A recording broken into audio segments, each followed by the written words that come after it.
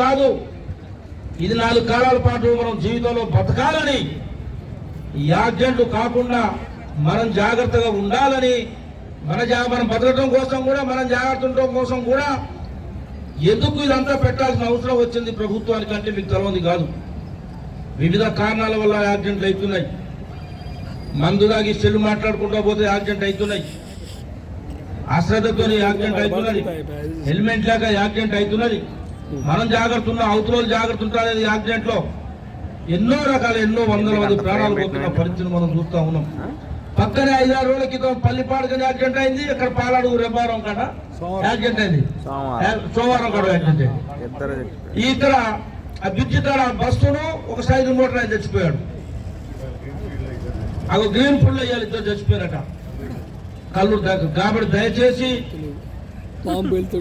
మీ ఇంట్లో సభ్యుల్లాగా మనవి చేస్తా ఉన్నా, పిల్లలు, వారి తల్లిదండ్రులు, మరి కార్యక్రమాలు వచ్చిన పెద్దలు, మనం 4 కాలాల పాటు బతకాల్సిన అవసరం ఉంది.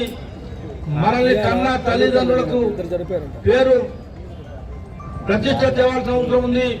మనం బతకాల్సిన అవసరం ఉంది. మనం ఎంతో పెద్ద ఎత్తున చదువుకోవాలి, మేధావులం కావాలి, గ్రామాన్ని కాపాడే శక్తి రావాలి. ఆ భగవంతుడు ఇవన్నీ మీకు ప్రసాదించాలి. కాబట్టి దయచేసి ఏదైతే ఈ ట్రాఫిక్ భద్రత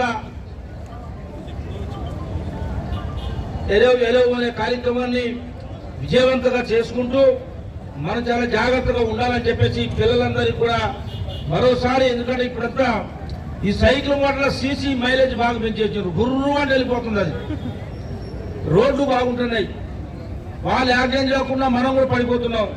ఆ సెల్ ఫోన్లు మాట్లాడే విధానం, మందు దాగి బండు తోలే విధానం, ఇవన్నీ మానుకోవాలని చెప్పేసి మీ అందరికీ సవినయంగా మనవి చేస్తా ఉన్నాం. కాబట్టి ఇంత మంచి కార్యక్రమం ఈ రాష్ట్రంలో ప్రవేశపెట్టినందుకు రాష్ట్ర ప్రభుత్వానికి, పెద్దలు ముఖ్యమంత్రి గారు రేవంత్ రెడ్డి గారికి, భద్రత ఏదైతే ఈ రోడ్డు రవాణా ఆర్టీసీ మంత్రి పొన్నం ప్రభాకర్ గారికి, ప్రత్యేకంగా ఇక్కడ ఈ కార్యక్రమం ఏర్పాటు చేసిన బ్రేక్ ఇన్స్పెక్టర్ గారికి, వారి సిబ్బందికి, ఎస్ఐ గారికి, వారి సిబ్బందికి, మీ అందరికీ కూడా పేరు పైన ఇంకోసారి. చరిత్ర సృష్టించినోడు ఇప్పుడు ఆ చరిత్రని తిరగరాయబోతున్నాడు. అబద్ధాల గోడల్ని బద్దలు కొట్టి నిజాలను రాగా మీ ముందుంచబోతున్నాడు. నిజమైన వార్తల కోసం వెంటనే డౌన్లోడ్ చేసుకోండి రా యాప్ని.